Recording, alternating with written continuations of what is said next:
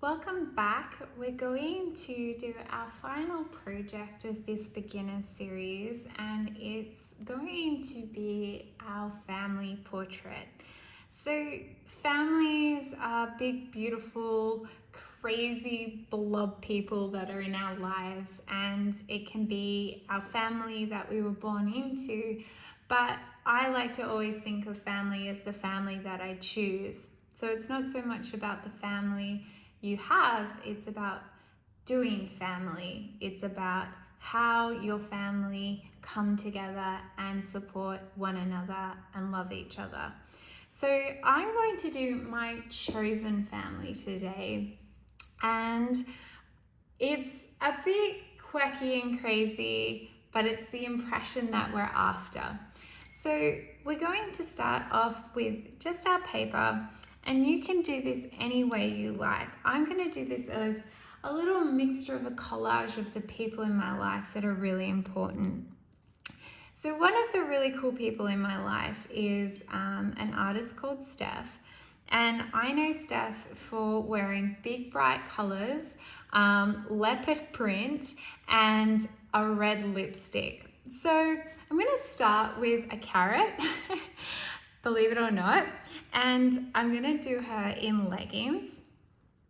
So she has these gorgeous long legs and these leopard prints, and to make it leopard print, I'm going to add a bit of red to the mix where the spots are on her pants, which is a bit fun.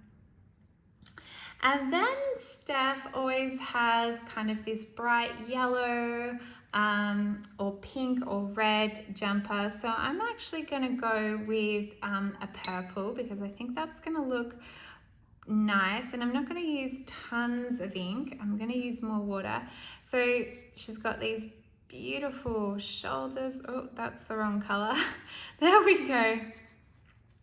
Cool. And then she is going to be waving hey at me, and she also is notorious for a bum bag. So I'm going to swirl in a bit of color here. I'm going to add a bit of black here to symbolize a bum bag, and I'm going to make it red. Let's see if the colors are going to let me do that. We've got a big red bum bag there. And then Steph has a beautiful face, so I'm going to go, I might just go a gray tone for Steph's face, and then she has blonde hair. So just a bit of a mix. And her legs are looking a little, so we'll just puff them out a bit. There we go. And there's my Steph. And she'll have high heels on, I can guarantee it. I don't know whether she actually owns a pair of green shoes, but there we go. Oh, that didn't really work. So I'm just gonna come in, no problem whatsoever. I'm gonna go red shoes, I think. Nice big point, bit of a heel, perfect. Dig it. So as you can kind of see, these are very quirky. It's quirky, that's all I can say, and they're just a lot of fun. So there's Steph. The next person in my life, which I already drew before, is my dad. So we're gonna do that again with some blue jeans. He's a tall guy. There we go. He's got these blue jeans, and then I'm gonna give him a gorgeous green shirt. And the reason why I'm doing this really rough is because I actually want to put I want to do that like, what's it called? Fleece. He's wearing a flannelette shirt. Dad wears a flannelette shirt. Do I know how to watercolor a flannelette shirt? No, I don't. Do you think it's stopping me from watercoloring a flannelette shirt? Of course not. This is all about a memory and an impression of the person that you were wanting to convey in this painting. So there's my dad, and I'm gonna add some curly hair. And see how I had some like red on my brush when I did that? And it's kind of come through in this really interesting tone that I'm just gonna keep building into the portrait. I'm not gonna try and mess with it. And it kind of adds this consistency to the painting of, you know, wow, like that's a cool discovery, you know. That's my dad. Another beautiful member of my family is my Wookie, and he is a burnt orange Pugalier Cavalier, and he's got a big fat body and a big head and little legs. There we go. And a curly tail. So that's my Wookie, and he hasn't got a face, but he does have beautiful ears. So I'm going to get my brown and add in some beautiful ears for my Wookie. I love my Wookie. If you come to my workshops, you'll get to meet my Wookie. I'm gonna make him all a bit browner. He's not really an orange dog. I'm gonna make him brown. He's a brown dog. He's a chestnut. He's a chestnut. There we go. And he's got this little tail. There we go. And then I'll let him dry, and then I'll add some ears to him. Another beautiful person in my life is a Joe Lyons. So Joe wears black leggings and a black poncho cardigan that her mum knitted her. And she has this amazing ability to be in a million different places at once. And Joe always is looking up at the world and just going with the flow. And she has short grey hair, and she is really, really cool. So that's my Joe. Joe is a very cool woman in my life. There we go. I'll give her a little eye. So there we go. Awesome. And I just want to warm her up a tap.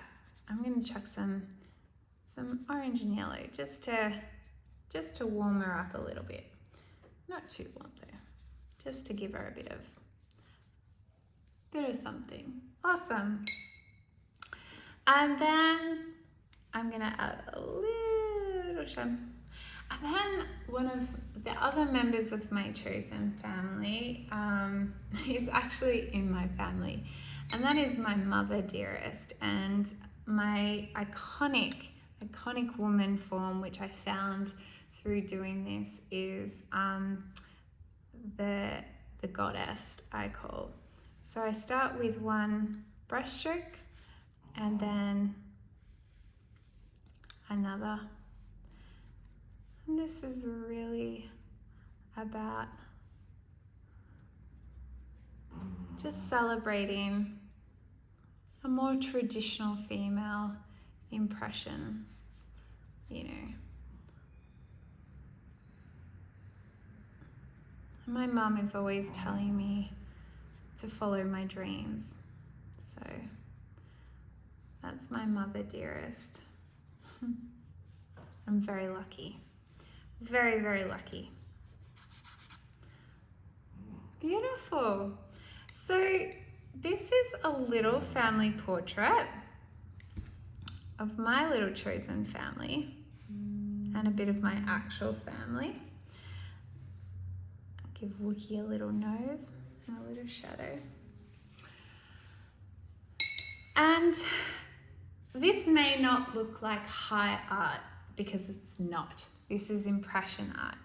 And this is a collection of people that I'm now going to quickly transform into really cool artwork that looks like an actual scene. And you do that, we want our big brush, which fortunately already has blue ink on it.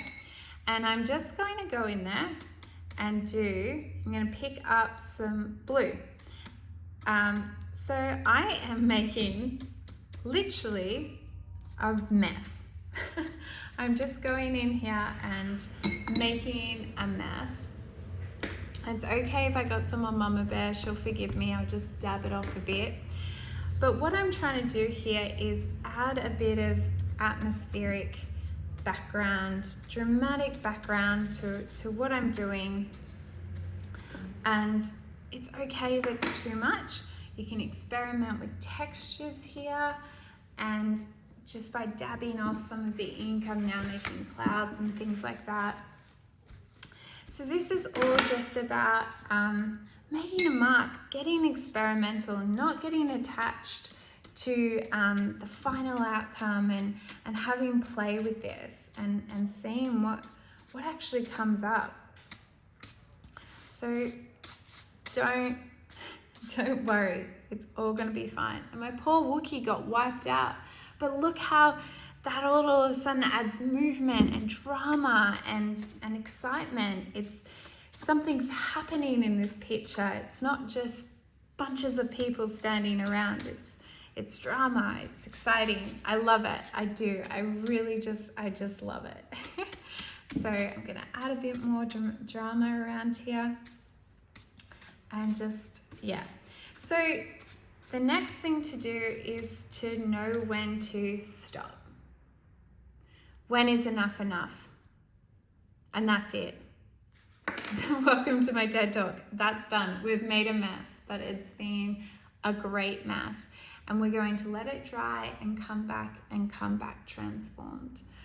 So that's our final image for this series. I really hope that you have learnt as much as you possibly wanted to with this workshop, have got the tools and the confidence to go out and get messy and have fun and not overthink it, and find the joys of watercolour, both at home and if you want to take it to the next level of becoming a professional watercolour artist. You absolutely can, just by following these simple principles of watercolour.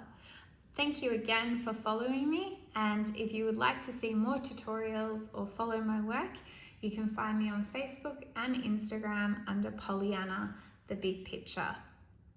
Enjoy.